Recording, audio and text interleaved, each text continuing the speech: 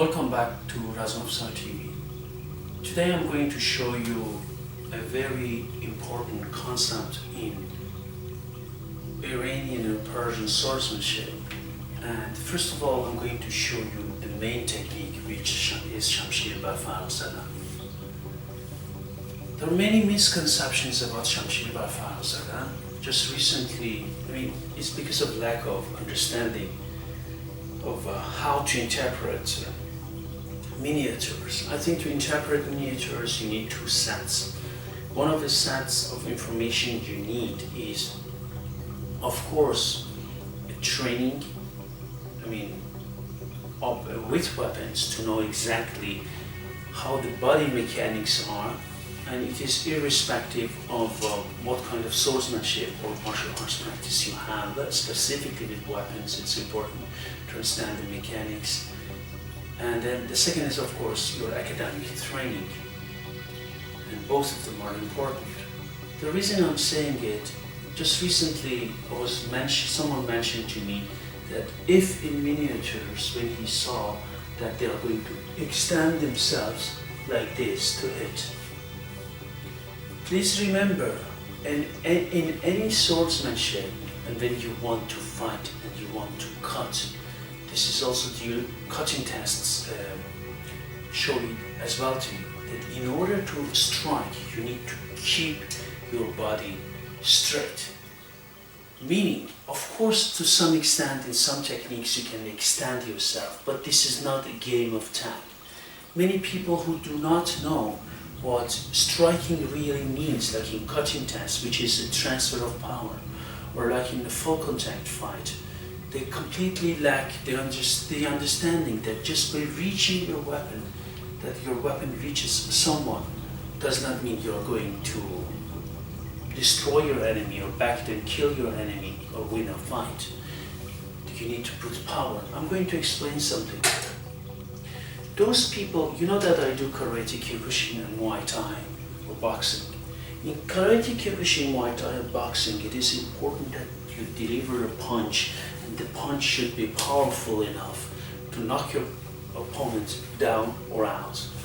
If I come, for example, and just touch it, like in point karate, I'm not saying point karate is bad, but it has a completely different set. In a point karate, especially in modern system of point karate, and like in semi-contact kickboxing, the whole idea is to touch someone.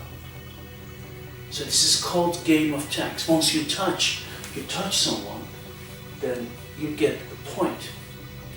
And erroneously, people think in weapon fight, this is also the same thing. Once you touch an opponent, that it's over. It is far from the truth. These weapons were battlefield weapons. And once you wanted to hit someone, even if you dwelled with weapons back then, depending on what you wanted to reach, but let's stick to battlefield, certain power is always required. In Japanese swordsmanship is always to keep yourself straight. You see that in Kendo or in Keijutsu or in Iaijutsu. Body is kept straight and they have an economy of motion. The same applies to Shamshir and Separ. That's the first misconception I wanted to discuss it before it gains ground in wrong interpretations. The second thing is, once I'm here, the biggest misconception is also, I was also told that some people said, in Persian swordsmanship we have very, let's say, okay, it's a moderate curve, but some of them are really truly curved, and some of them have less curve. And we have also straight swords, double-edged, even from up to Qajar period were used. But let's stick to curved blades. It is not true that very curved blades were used only on horseback, not in Iran, Persia. They were also used on foot. As in different miniatures you can see it. Also different battlefield accounts, you can read that. These are these two I wanted to mention. Now back to this. I'm going to show you some of the techniques of Shamshir and Separ. Right?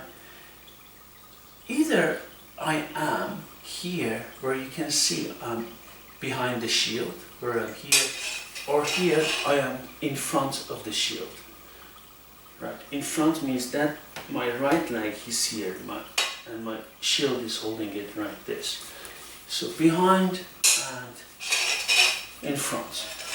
You can come and train this to have an idea, to measure and gauge your distance, what it means to come behind and in front of the shield.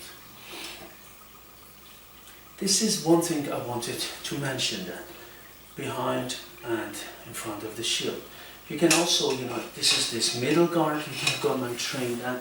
So once your cross guard reaches this, that you gauge your distance. It's just a gauge to understand what you are doing. Keep your body straight and bend your knee and come back and forth. Another thing, even if you're on a high guard, here of course you cannot do it like this, it doesn't make sense, but here you can come, stretch it a bit and go back. You can practice the same thing. Stretch it a bit and then go back. Right? So you come, stretch it a bit and then go back. The same thing, push the separ, جلوی separ, behind the shield, in front of the shield, you can practice. Is once I'm in the middle guard, right? Middle high guard, bottom guard, high guard, or when you're horizontal. From here, right, I can do the same. So you have a roof, basically. You can go and you can come back, and then make sure, you see, you gauge your distance, then you can go back and forth. Right? So, you see that? High guard, middle, and you are here. Right? Another guard, which is actually a transitional guard, and you see that as well. This transitional guards is this guard, where you see that the Shamshir is behind. You see that especially if you do below the armpit. This is this transitional guard. So from this transitional guard, if you want to, you stretch your shield, and here you come, right? So to see this you can just practice a bit. It's just a practice what it means to come back and to come forward, to come back and to come forward, right? Transitional guard. Another guard which we have is this, that you can put it here. You see some miniatures as well. So from this guard where your sword is high, you bring it up and you're in the line, you're here, right? You come Joloye Separ. You don't need it specifically to strike.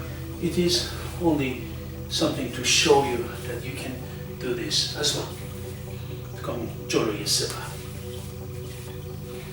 Another guard is that I'm here, it is down there, right? And for here you can come up and keep it and then go back.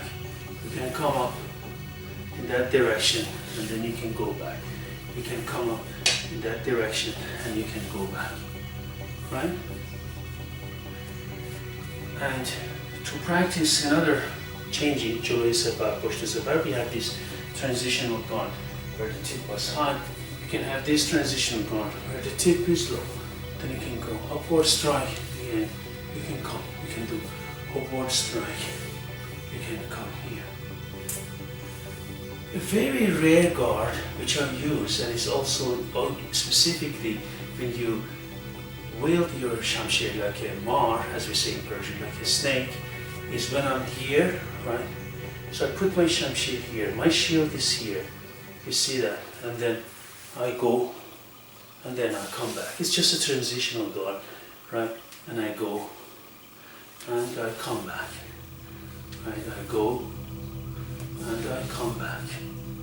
I go, and I come back. These were the guards in Persian swordsmanship in Razmafzar system, the basic ones. There are some others which are not that important.